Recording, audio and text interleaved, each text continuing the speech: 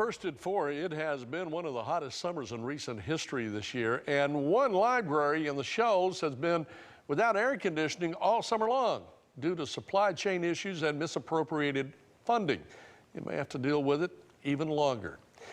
News 19's Addison Willman joining us now live from outside the Sheffield Public Library this evening. So, Addison, what can you tell us?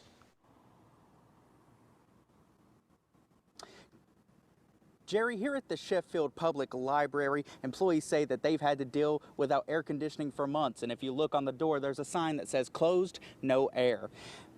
Library's director, Beth Ridgway, confirmed that the library has even had to shut down many afternoons this summer because of how hot it has been. The Sheffield Mayor, Steve Stanley, tells me that fixing this issue has been a, quote, difficult and frustrating situation, end quote. He says they attempted to have their AC unit replaced, but they've had significant issues with the company they originally employed.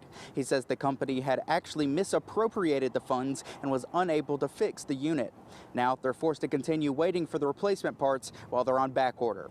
Public libraries offer a lot of public services, including internet access and public records, on top of all their educational programs and resources.